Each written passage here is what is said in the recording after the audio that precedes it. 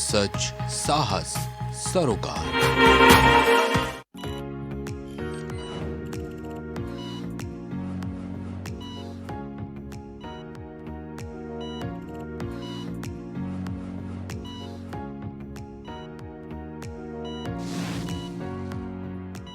नमस्कार, आप देख रहे हैं प्राइम टीवी और मैं हूं आपके साथ मुस्कान अजमानी और हमारे खास कार्यक्रम हेल्थ मंत्रा में आप सभी का स्वागत है।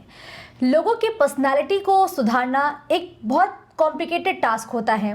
कुछ लोग अपनी पर्सनालिटी पे खुद वर्क करते हैं, लेकिन कुछ लोगों को एक गाइडेंस चाहिए होता है और उन्हीं लोगों को गाइड करती हैं डॉक्टर प्रभा सिंह। एक लंबा एक्सपीरियंस है इनके पास। एस्थेटिक फिजिशियन के तौर पर ये लगातार अपनी सेवाएं दे रही हैं और मैं आपका मैम पहले तो बहुत बहुत स्वागत करूंगी। Thank you sir. मैम 20 साल का एक्सपीरियंस, आपके बारे में और आपके करियर के बारे में मैं और बहुत कुछ जानूंगी, लेकिन सबसे पहले कोई आपका ऐसा एक्सपीरियंस जिसे आप हमारे दर्शकों के साथ शेयर करना चाहें। एस्थेटिक मेडिसिन एक ऐसी ब्रांच है जिसमें जो मनुष्य के इमोशंस होते हैं उनका बहुत रोल होता है और 20 साल जो आपने जिक्र किया है तो मैंने लगभग 10,000 से ज़्यादा पेशेंट्स देखे हैं और हर पेशेंट अपने आप में अनोखा होता है। उसको समझना, उसकी भावनाओं को समझना हमारे लिए बहुत इम्पोर्टेंट होता है। पर कुछ केसेस होते हैं जो आपको हमेशा याद रहते हैं। मुझे एक केस याद आता है जिसमें एक महिला थी जो बहुत कॉम्प्लेक्स में थी और वो मेरे पास आई कि मेरी जो नाक है वो बहुत शार्प है, मैं इसको छोटा करवाना चाहती हूँ। तो वो मेरे लिए बड़ा एक सरप्राइजिंग केस था क्योंकि ज़्यादातर लोग नाक को शार्प पसंद करते हैं। हमारे समाज में शार्प नोज़ पसंद की जाती है और उसको जब मैंने पूछा कि क्यों कटवाना चाहते हो तो बोली ये मुझे अच्छी नहीं लगती है और मुझे लगता है कि मेरा फेस इसकी वजह से प्रोपोर्शनेट नहीं है। तो फिर उसको जब मैंने उसकी फ़ोटो लेकर के दोबारा दिखाया उसको एक ऑब्जेक्टिव तरीके से, मतलब स्क्रीन पे जब उसको उसका फ़ोटो दिखाया मैंने और तब हमने जब एनालिसिस किया तो जो एस्थेटिक मेडिसिन है, जो फेशियल कॉन्टूरिंग ब्रांच है, इसमें अनुपात और रेशियोज़ का बड़ा गेम होता है, गोल्डन रेशियो जिसे हम बोलते हैं। तो फिर हम लोग ने ये देखा कि उसकी चिन छोटी थी, नाक सही थी, नाक सुंदर थी। तो हमने फिर उसकी चिन पे काम किया और उसको भी ये विश्वास हुआ कि अच्छा ठीक है, ये नाक में प्रॉब्लम नहीं है, चिन में प्रॉब्लम है। तो उसको जब इनफैक्ट उसको प्रॉब्लम नहीं कहेंगे, बट वो जो फेस का जो एक आकर्षण होता है वो चिन को जैसे ही हमने एनहांस किया तो उसका जो नोज़ का और चिन का और फेस का प्रोपोर्शन था वो ठीक लगने लगा और वो काफ़ी खुश थी। तो मुझे लगता है कि कभी कभी हम जहाँ जीवन में फोकस कर रहे होते हैं वहाँ नहीं कहीं और फोकस करना होता है, प्रॉब्लम कहीं और होती है। अच्छा, यूजुअली अभी आपने एक अच्छे केस का जिक्र किया कि नो शार्प उनको नहीं पसंद आ रही थी बहुत ज़्यादा। यूजुअली हाँ, इंडियंस में मिथ होता है कि नो शार्प हो तो बहुत अच्छा लगता है फेस, लेकिन जब आपके पास ऐसे केसेस आते हैं तो यूजुअली लोग ये भी चाहते हैं ना कि हम बाद में कैसे लगेंगे, इसको भी पोर्ट्रे करिए, किसकी इमेज बनाइए। तो इसमें हम लोग सॉफ्टवेयर का यूज़ करते हैं और इस समय तो काफ़ी टेक्नोलॉजीज़ होती हैं हमारे पास। कई बार मैं ड्रॉ भी करती हूँ तो पहले हम उनका पिक्चर्स लेते हैं, front view, side view, profile picture and then 3/4 और डिफरेंट एंगल्स पे पिक्चर्स लेते हैं एंड देन हम फेस को डिवाइड करते हैं, फर्स्ट 1/3, फिर मिड 1/3, देन लोअर 1/3 और इंडिविजुअली जब हम उसको डिस्कस करते हैं तब हम उसको अच्छे से जान पाते हैं और उस समय फिर हम पेशेंट को सपोर्ट करते हैं ये आइडेंटिफाई करने में कि कहाँ पे रेशियो आपका कम या ज़्यादा है या कहाँ पे गड्ढा है या कहाँ पे आपका फैट पैड कम है या कौन सा हिस्सा चौड़ा है या पतला है या छोटा है। और उसके बाद उसको हम सॉफ्टवेयर की मदद से उसको एनहांस करके दिखा देते हैं और उससे उनको समझ में आ जाता है कि ये आउटपुट आएगा, ये आउटकम आएगा। But then it is an art, although it's a science, but yes it's little bit of imagination also. तो उसमें आपका मतलब जो फिजिशियन है उसका और पेशेंट का एक ट्रस्ट और एक जुगलबंदी होती है, तब आउटकम निकल के आता है। जुगलबंदी हर एक चीज़ में बहुत इंपॉर्टेंट होती है। बिल्कुल आपने ठीक जिक्र किया, मैं बिल्कुल आपकी बातों से तारुफ रखती हूँ। लेकिन जब कोई पेशेंट आता है तो एक उसको ट्रस्ट दिलाना बहुत बड़ा एक आप पे रिस्पॉन्सिबिलिटी होती है। ऐसे में अगर कोई पेशेंट आता है जो 18+ हो या उससे छोटा हो तो क्या उसे अपने किसी रिलेटिव को लेके आने की ज़रूरत है आपके पास? बिल्कुल, क्योंकि हम शरीर के साथ कुछ काम करने जा रहे हैं, कुछ चेंजेस ऐसे भी हम करने जा रहे हैं जो लंबे समय के लिए रहेंगे। तो ऐसे में हम जो लीगल गाइडलाइंस और मेडिकल गाइडलाइंस को फॉलो करते हैं। तो अगर कोई माइनर है तो उसमें हम उनको एनकरेज करते हैं कि वो अपने पेरेंट्स के साथ आए, और हम पेरेंट्स के साथ भी उस चीज़ को डिस्कस करते हैं, प्रोज एंड कॉन्स, क्योंकि हम कोई मेडिसिन यूज़ कर रहे हैं और उसके साइड इफ़ेक्ट्स भी हो सकते हैं, और कोई भी ड्रग अगर हम यूज़ कर रहे हैं तो उनके कॉम्प्लिकेशन या हाइपर सेंसिटिविटी रिएक्शन भी हो सकते हैं। तो ऐसे में हम पहले पेरेंट्स से भी बात करते हैं, और अगर कोई मेजर है और उसके पास डिसीजन लेने का हक है अपने शरीर के बारे में, अपने लुक्स के बारे में, तो उसकी काउंसलिंग के साथ में और एक कंसेंट फॉर्म होता है जिसमें हम पूरा उनको एक्सप्लेन करते हैं, उनकी भाषा में उनका साइन करते हैं, और उसके बाद फिर हम उनसे कंसेंट होने के बाद, एक्सप्लेन करने के बाद तब ट्रीटमेंट देते हैं। अच्छा, जब मैं आपके क्लिनिक में आ रही थी मैंने एक लाइन लिखी देखी कि rediscover your youth with doctor Prabha. कितने लोग सेटिस्फाई होके जाते हैं? देखिए, यूथ एक ऐसा शब्द है जो सिर्फ आप एक झुर्री से या एक लाइन से कंट्रोल नहीं कर सकते हैं या डिफाइन नहीं कर सकते हैं। यूथफुलनेस एक ओवरऑल एक कॉम्प्रिहेंसिव अप्रोच मांगता है। यूथफुलनेस का मतलब है आप अंदर से क्या फील कर रहे हैं, आपकी स्किन क्या कह रही है, आपका बॉडी शेप क्या कह रहा है, आपका एनर्जी लेवल क्या कह रहा है। तो ऐसे में अगर मेरे पास कोई पेशेंट आ रहा है और वो उसकी एज 40+ है और वो यंग दिखना चाहता है, तो हम पहले ये जानने की कोशिश करते हैं कि जब वो यंग फील करता था तब उसके एनर्जी लेवल क्या था, उसकी स्किन का क्वालिटी क्या थी, उसके जो फीचर्स थे वो कैसे थे, और उसको हम सपोर्ट करते हैं उसको रिप्लेनिश करने के लिए जो मॉडर्न एस्थेटिक मेडिसिन के टूल्स हैं, जिसमें अगर हमें स्किन को रिजुविनेट करना है तो हम लेजर्स यूज़ कर सकते हैं, डिफरेंट मेडिकल फेशियल्स होते हैं, पील्स होते हैं जिससे हम स्किन क्वालिटी इंप्रूव करते हैं, उसकी जो अगर नमी कम हो गई है, हाइड्रेशन कम है, उस पर काम करते हैं, मिनरल्स और वाइटामिन्स की एज के साथ डेफिशिएंसी होने लगती है उनको रिप्लेनिश करते हैं, और उसके साथ में उनको खान पान और डेली लाइफस्टाइल पे भी होमवर्क करते हैं, और अगर कोई इमोशनल इशू है तो उसको भी एड्रेस किया जाता है, और तब जा कर के जब उसका जीवन शैली और सब कुछ ठीक होता है तब वो वापस अपने यूथफुलनेस को प्राप्त करता है। और बहुत सारे पेशेंट ऐसे हैं मेरे जिन्होंने कहा है कि you have given me a new life, a new excitement to again relive my life including myself, क्योंकि जब आप दूसरों को वो मैसेज दे रहे होते हैं तो कहीं ना कहीं आपको भी वो चीज़ अडॉप्ट करनी पड़ती है। बिल्कुल अडॉप्ट करनी पड़ती है। यूँ तो आपसे पूछने के लिए बहुत कुछ है मेरे पास, लेकिन सबसे पहले आज का ये सेशन मैं जानूंगी कि आज के लाइफ में बहुत सारी विमेंस को प्रॉब्लम होती है, एंटी एजिंग, रिंकल्स, पिगमेंटेशन। तो आगे हम सेशन बढ़ाएं उससे पहले मैं चाहूँगी कि आप इन डेप्थ इन तीनों चीज़ों के बारे में थोड़ा थोड़ा बताएं।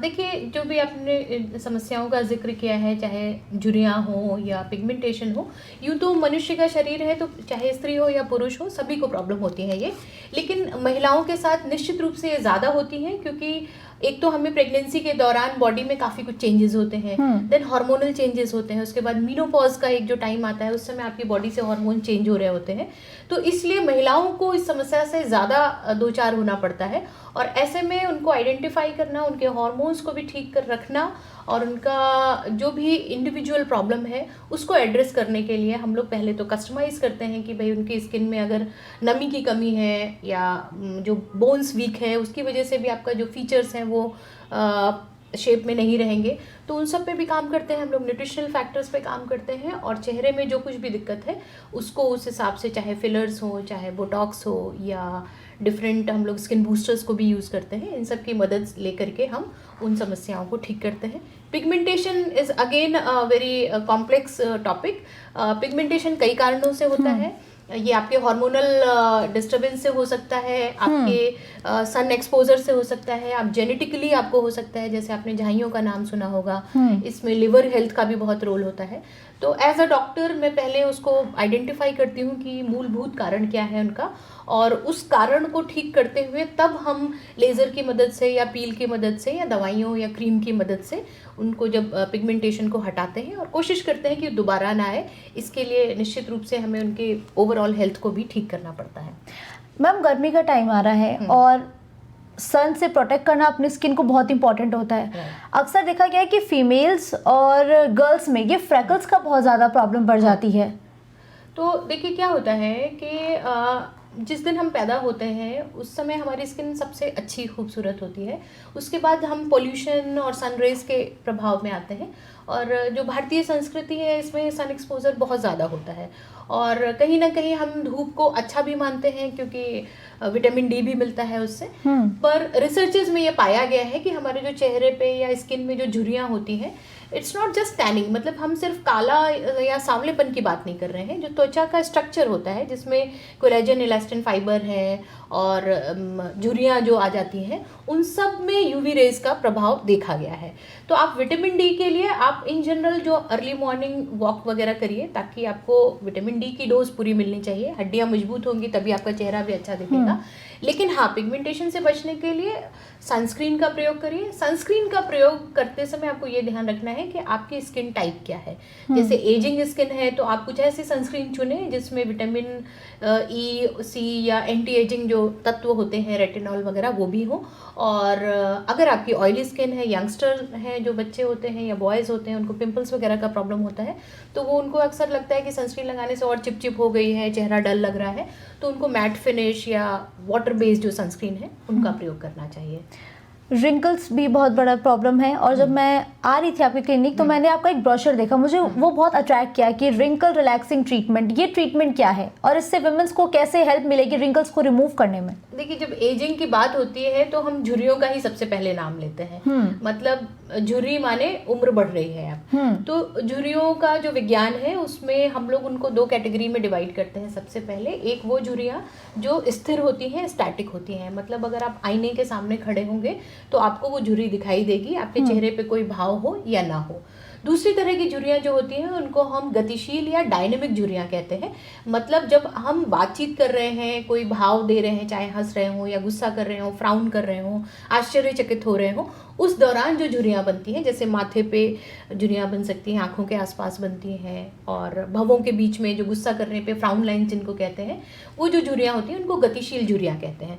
तो ये जो डायनेमिक रिंकल्स या गतिशील झुर्रियाँ होती हैं, इनको रिलैक्स करने के लिए बोटॉक्स की या बोटुलिनम टॉक्सिन आपने सुना होगा, उसकी मदद ली जाती है, क्योंकि ये भाव भंगिमाएं जब हम बनाते हैं तभी वो झुर्रियाँ बनती हैं। तो उन भाव भंगिमाओं को हम मांसपेशियों से कंट्रोल करते हैं, तो उन मांसपेशियों को कुछ दिन के लिए रिलैक्स कर दिया जाता है ताकि वो झुर्रियाँ बननी बंद हो जाती हैं। और जो स्टैटिक लाइंस होती हैं उसमें यूजुअली हम लिक्विड फिलर्स का, लिक्विड फेसलिफ्ट कहते हैं इसको, हम डिफरेंट टाइप के फिलर्स का प्रयोग करते हैं अलग अलग एरियाज़ के लिए। चाहे लिप्स के लिए अलग होगा, लाफ लाइन्स या जो नाक से लेके लिप्स के आसपास होती हैं लाइनें, या चीक्स हैं या आपके गाल हैं वो अगर लटक गए हैं उसकी वजह से आँखों के नीचे गड्ढा बन गया है, तो उनको भरने के लिए अलग अलग मॉलिक्यूलर वेट और अलग अलग टाइप के फिलर्स का प्रयोग किया जाता है। उसके लिए एक अनुभव चाहिए जिसमें आप ये डिसाइड कर सकें कि किस पेशेंट के लिए क्या फिलर और कितनी डोज होनी चाहिए। तो इस तरह से हम झुर्रियों को ठीक करते हैं। इसके अलावा अगर गर्दन में फाइन लाइंस हो रही हैं और ओवरऑल फाइन लाइंस अगर स्किन की क्वालिटी में ऐसा हो रहा है, तो उसमें आजकल स्किन बूस्टर्स काफ़ी प्रचलित हैं, या हम लोग लेज़र ट्रीटमेंट भी करते हैं ताकि जो त्वचा की एक ऊपरी परत है जो डल और ड्राई हो गई है वो हट जाए और अंदर से एक नई परत आए जो ज़्यादा हेल्दी होगी। जैसे आपने देखा होगा प्रकृति में क्या होता है, जो पेड़ होते हैं ना उनके भी पत्ते बदलते रहते हैं, जो पुराने पत्ते गिर जाते हैं नए पत्ते आते हैं, उसमें चमक होती है, उसमें शाइन होती है। तो वैसे ही त्वचा की जो ऊपरी परत है जिसको हम डेड स्किन कहते हैं, उसको जब हम निकाल देते हैं और अंदर से नई परत आती है तो वो ज़्यादा युवा और वेल हाइड्रेटेड होती है। और उसमें हम जब ये विटामिन सी, ग्लूटाथियोन और इस तरह के जो न्यूट्रिशनल एलिमेंट हैं जो स्किन को हाइड्रेट करते हैं उनका प्रयोग करते हैं, स्किन बूस्टर्स का प्रयोग करते हैं, तो वापस आपकी त्वचा में जो लाइंस गायब हो जाती हैं और त्वचा युवा दिखने लगती है। अच्छा प्रभा मैम, अभी आपने बोटॉक्स ट्रीटमेंट का जिक्र किया, बहुत सारे केमिकल्स का भी जिक्र किया। जब पेशेंट्स आपके पास आते हैं, जब आप उन्हें इतने कॉम्प्लेक्स नाम बताते हैं, तो क्या वो घबराते नहीं है कि ये सब हमारे फेस पे होने वाला है? हाँ, ये बात सही है कि कोई भी फॉरेन मटेरियल, कोई भी ऐसी चीज़ जो हम बाहर से शरीर में अगर डालने की बात करेंगे तो हर व्यक्ति एप्रिहेंसिव होता है, उसके मन में डर भी होता है। तो उसके लिए पहले हमें समझाना पड़ता है कि ये जो ज़्यादातर ये जो तत्व हैं इनका अपना एक काम करने का विज्ञान है, इनके ऊपर रिसर्च की जाती है और इनको फूड एंड ड्रग एडमिनिस्ट्रेशन जब गवर्नमेंट से मिलती है, इनको लाइसेंस मिलता है, तो उसके पहले वो सारी रिसर्च की जाती है कि ये सुरक्षित है। और इसके अलावा जिस मैंने जिक्र किया जैसे फिलर्स का, इस फिलर्स में हाइलुरोनिक एसिड जो यूज़ होता है, जो प्रयोग किया जाता है, ये हमारी त्वचा में प्राकृतिक रूप से पाया जाता है और वो उम्र बढ़ने के साथ साथ ख़त्म होना शुरू होता है। तो अगर आपने देखा होगा कि जो बच्चे की त्वचा होती है उसमें बहुत चमक होती है, बहुत प्लम्प और वॉल्यूम होता है, उसके गाल अगर आप नोचें तो कितना मज़ा आता है क्योंकि वो वापस बाउंस बैक करता है। तो जैसे जैसे हम 30s की उम्र में आना शुरू करते हैं तो वो हमारा जो हाइलुरोनिक एसिड जो त्वचा में होना चाहिए था प्राकृतिक रूप से वो कम होना शुरू हो जाता है। और कुछ लोगों का हार्मोनल कारण से या पोल्यूशन या खराब लाइफस्टाइल के कारण और तेज़ी से कम होना शुरू हो जाता है। तो उनकी जो त्वचा है उसमें समय से पहले ही उम्र पता चलने लगती है। तो उसको हम बाहर से सपोर्ट कर रहे हैं। तो ये कोई ऐसी चीज़ नहीं है जो एकदम ही फैक्ट्री मेड और कोई केमिकल है। ये आप ही की त्वचा का एक अवयव है जो कम होने लगा है, तो उसको हम बाहर से बैकअप देने के लिए, सपोर्ट करने के लिए, और बल्कि उसके हम सप्लीमेंट्स भी देते हैं, उनको खाने के लिए भी टैबलेट्स और ड्रिंक्स देते हैं ताकि वो अंदर से भी भोजन के माध्यम से भी जाए। और उसके बाद भी जब वो पूर्ति नहीं हो पा रही है तब उसको हम डायरेक्ट स्किन में इंजेक्ट करते हैं या लगाने के लिए देते हैं। तो ये थोड़ा सा काउंसलिंग का पार्ट है, निश्चित रूप से हमें उनको एक्सप्लेन करना होता है। और once they are aware of all the facts तो देन दे बिकम कंफर्टेबल। और ये बताने से काफ़ी उनको कॉन्फिडेंस आता है कि काफ़ी सारे ऐसे लोग हैं जिनको ऑलरेडी ये किया जा चुका है, और उनमें से एक मैं भी हूँ जिसका लाभ उठा रही हूँ। अच्छा। तो जब उनको ये मैं बताती हूँ कि मैंने किया हुआ है और मेरी त्वचा आप देखिए कि ये सामान्य दिख रही है और कोई मुझे ऐसा कैंसर नहीं हो गया है या कोई रिएक्शन नहीं हो गया है, आपके सामने मैं एकदम हेल्दी दिख रही हूँ, तो उनको फिर कॉन्फिडेंस आ जाता है। बिल्कुल। तो ब्रेक के बाद भी हमारे साथ doctor Prabha Singh aesthetic physician बनी रहेंगी। ब्रेक के बाद एक बार आपसे फिर मिलते हैं।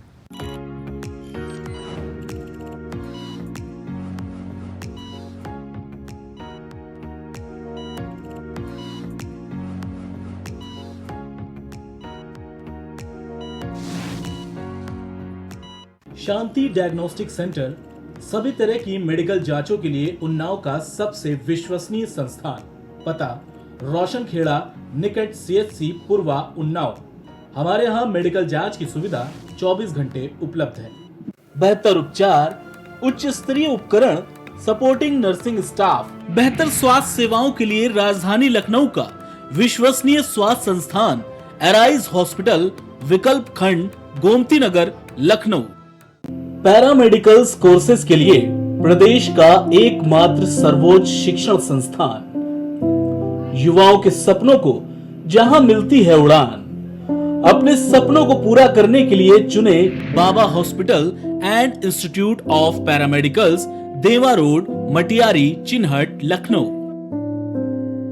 अगर आपको भी सताता है हड्डियों का दर्द तो हम करेंगे उसका पूरा इलाज। आइए हमारे पास ortho and neuro pain clinic C2199 C block, Indira Nagar, निकट लेबर अड्डा चौराहा, लखनऊ।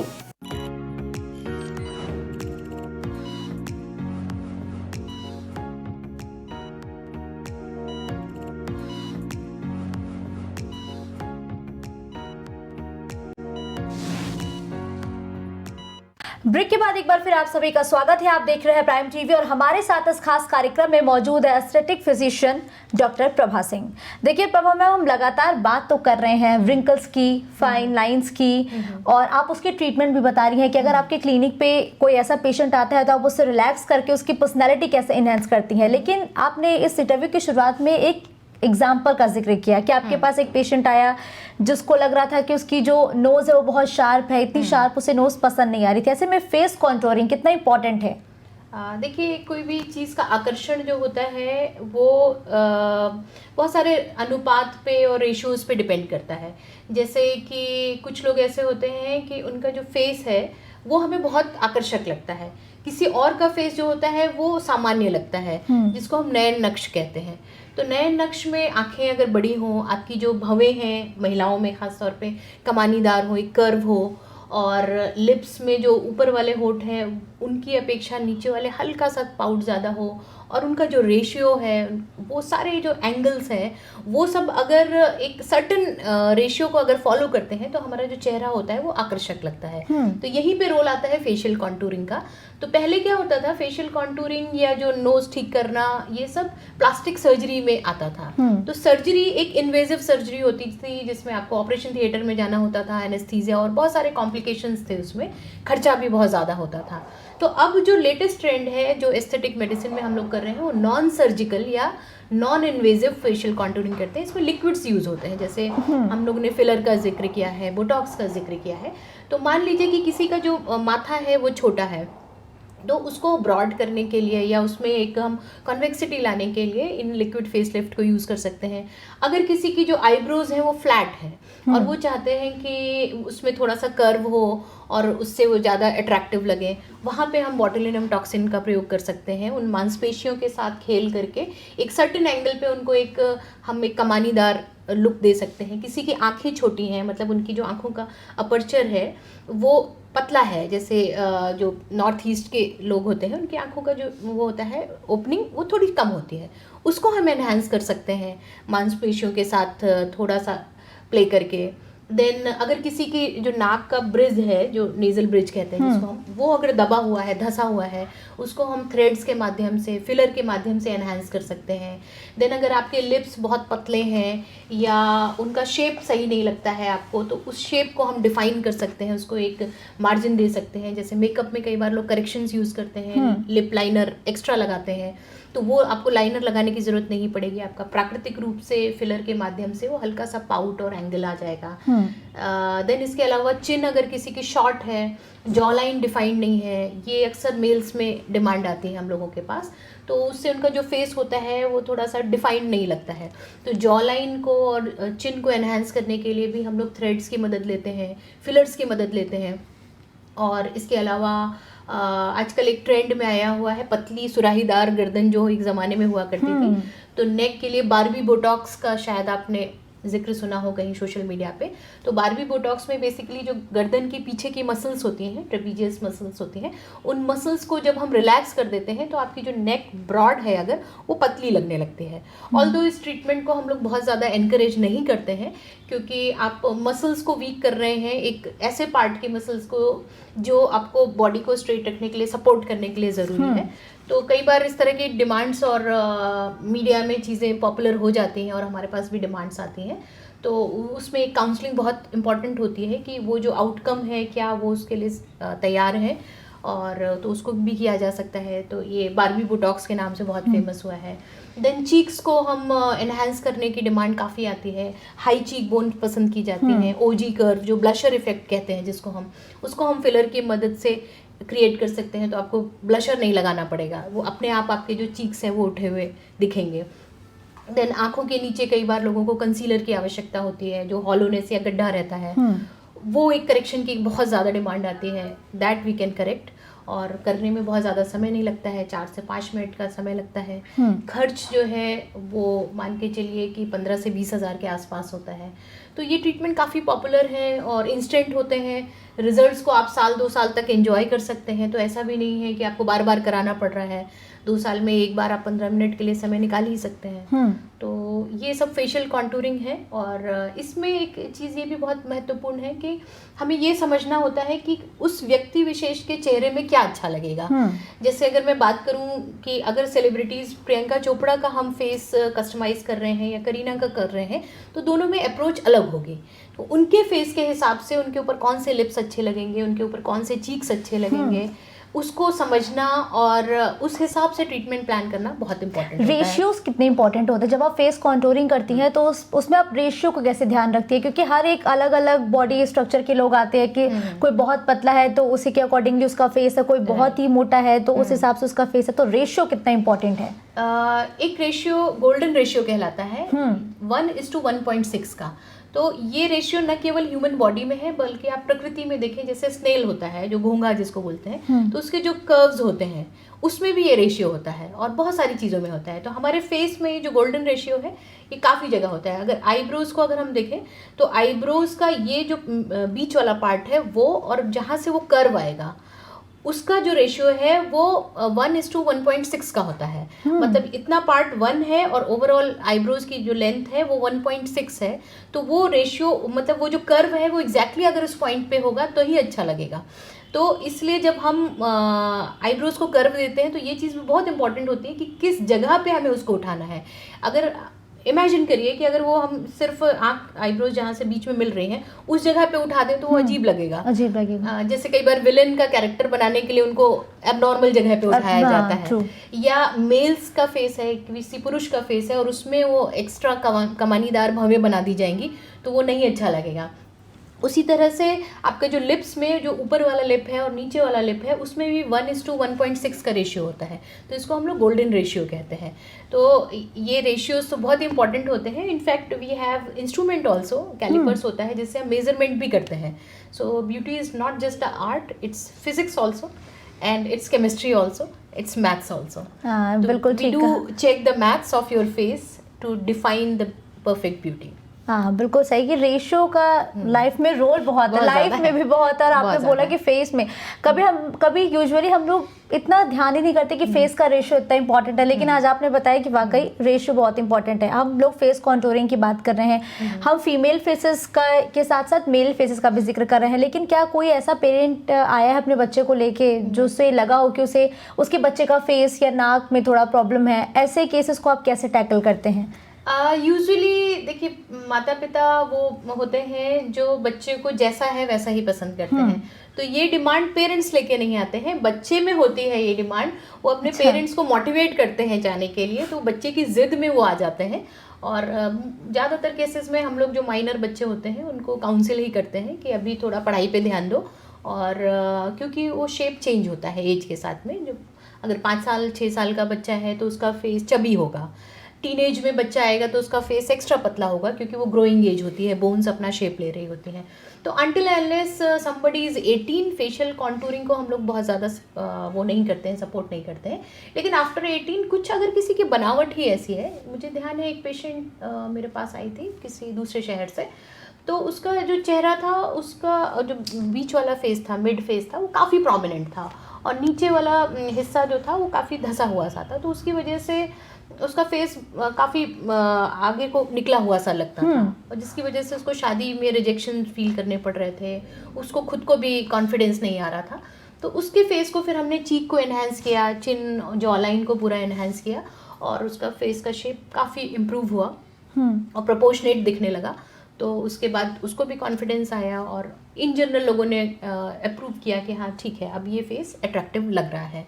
तो उस केस में जब बच्चियों की शादी वादी की समस्या होती है तो पेरेंट्स आते हैं, बट यस टीनेजर्स को हम लोग एनकरेज नहीं करते हैं फेशियल कॉन्टूरिंग के लिए।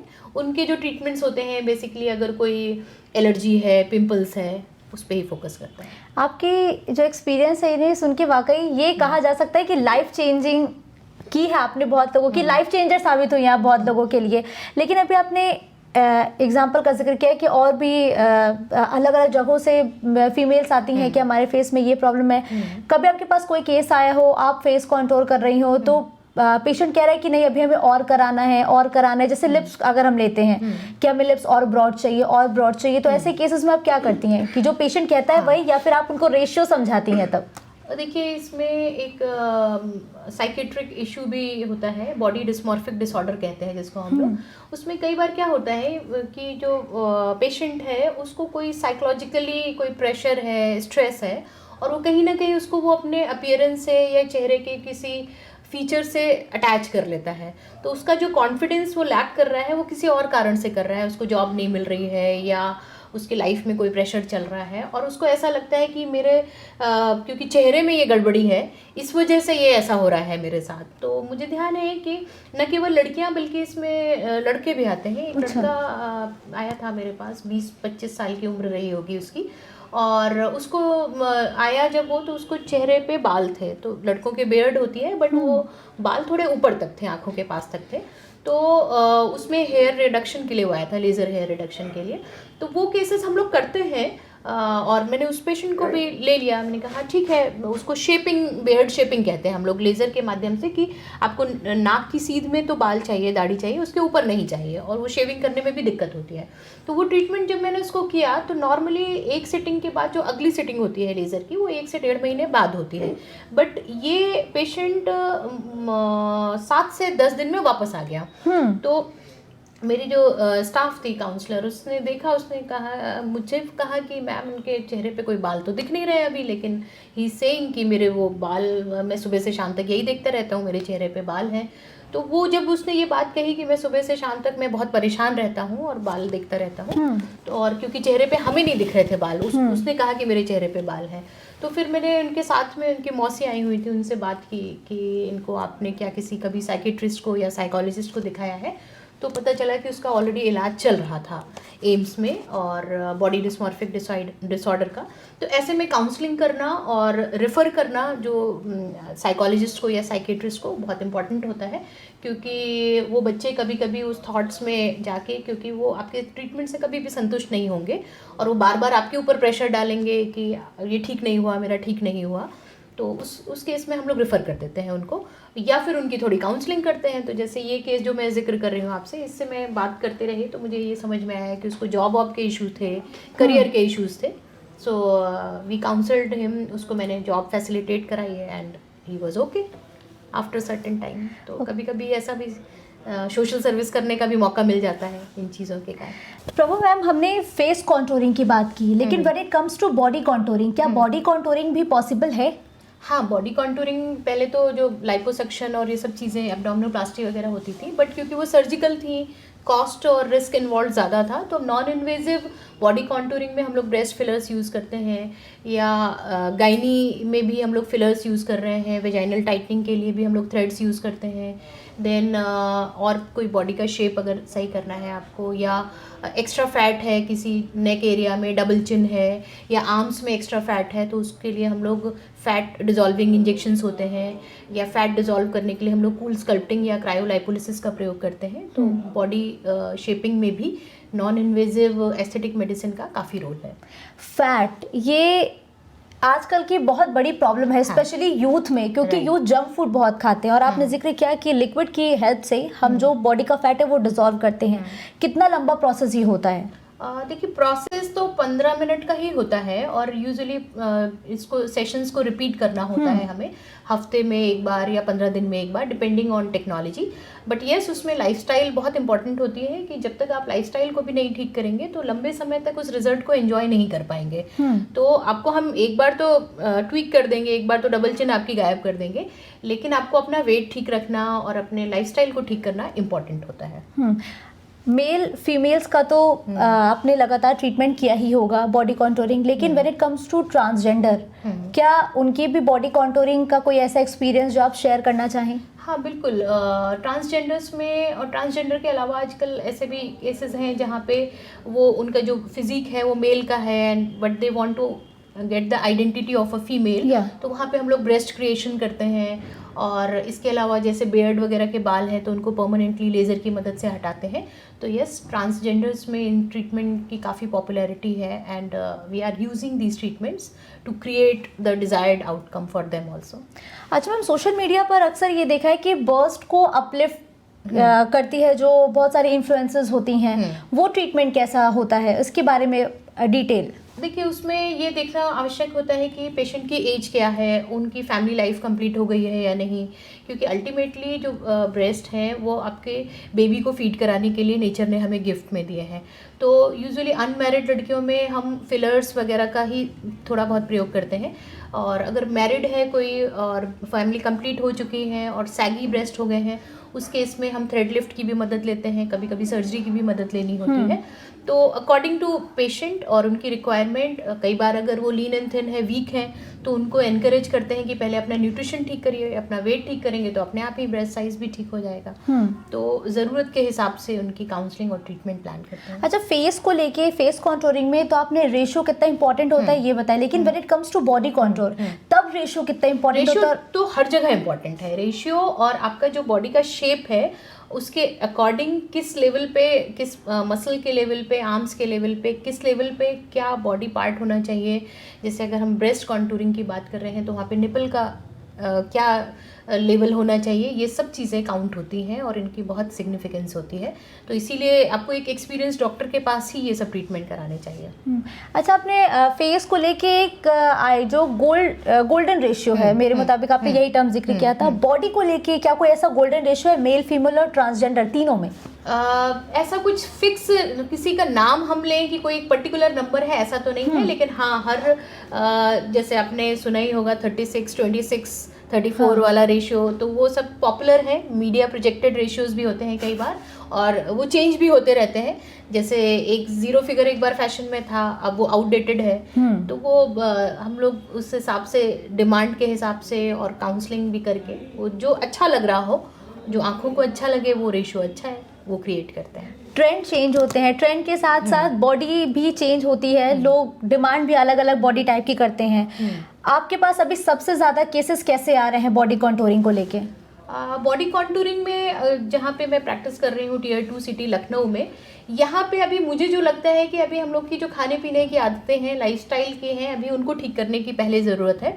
और जो एक परफेक्शन वाली चीज़ है वो अभी उतनी डिमांड नहीं है यहाँ पे, अनटिल अनलेस की कुछ लड़कियाँ हमारे पास आती हैं जो मॉडलिंग में हैं या इस तरह के फिल्म इंडस्ट्री में काम कर रही हैं, उनको परफेक्शन चाहिए होता है। तो वो आइडियल वेट की होती हैं, बट एक किसी टमी का फैट है या कोई एक पर्टिकुलर उनको ब्रेस्ट का साइज़ चाहिए, तो वहाँ पे हम लोग थ्रेड की मदद से या जो फिलर्स वगैरह हैं या जो फैट लाइपोलिसिस इंजेक्शन है, इनकी मदद से वो रिजल्ट देते हैं उनको।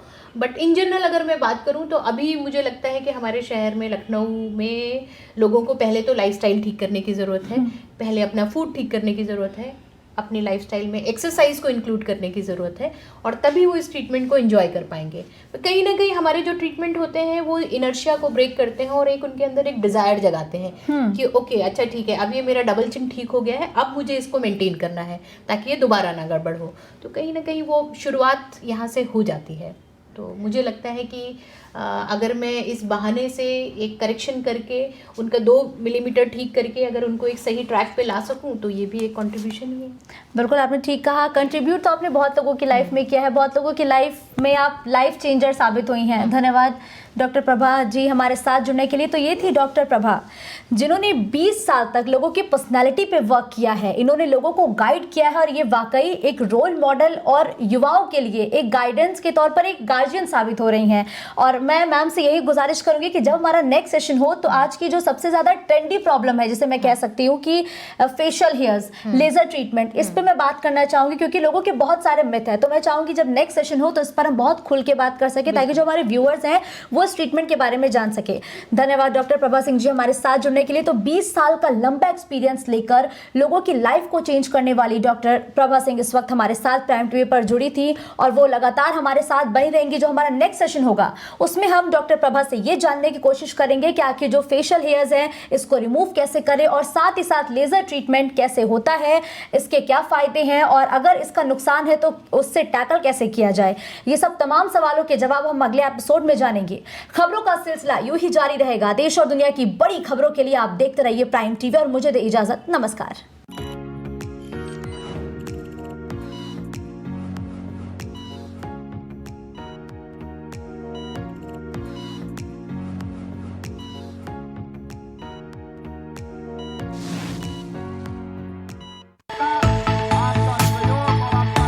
कुछ भाव पुष्प। आप देख रहे हैं प्राइम टीवी, सच साहस सरोकार।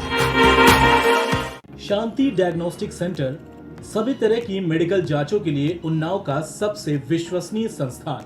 पता रोशन खेड़ा निकट CHC पूर्वा उन्नाव।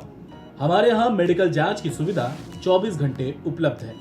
बेहतर उपचार, उच्च स्तरीय उपकरण, सपोर्टिंग नर्सिंग स्टाफ, बेहतर स्वास्थ्य सेवाओं के लिए राजधानी लखनऊ का विश्वसनीय स्वास्थ्य संस्थान एराइज हॉस्पिटल, विकल्प खंड, गोमती नगर, लखनऊ। पैरामेडिकल्स कोर्सेज के लिए प्रदेश का एकमात्र सर्वोच्च शिक्षण संस्थान। युवाओं के सपनों को जहां मिलती है उड़ान, अपने सपनों को पूरा करने के लिए चुने Baba hospital and institute of paramedicals, Deva road, Matiyari, Chinhat, Lucknow. अगर आपको भी सताता है हड्डियों का दर्द तो हम करेंगे उसका पूरा इलाज। आइए हमारे पास ortho and neuro pain clinic C2199 C block, Indira Nagar, निकट लेबर अड्डा चौराहा, लखनऊ। प्रधानमंत्री श्री नरेंद्र मोदी का संकल्प है कि देश का हर नागरिक पोषित, सशक्त और समर्थ बने। जब पूरा विश्व इस सदी की सबसे बड़ी महामारी कोविड-19 से जूझ रहा था, उस दौरान प्रधानमंत्री श्री नरेंद्र मोदी जी के नेतृत्व में भारत सरकार ने प्रधानमंत्री गरीब कल्याण अन्न योजना का संचालन कर देश के गरीबों की खाद्य सुरक्षा सुनिश्चित की। इसी संवेदनशीलता को जारी रखते हुए आज 80 करोड़ से भी ज्यादा लोगों को मुफ्त अनाज दिया जा रहा है। सभी को अनाज, पोषित समाज।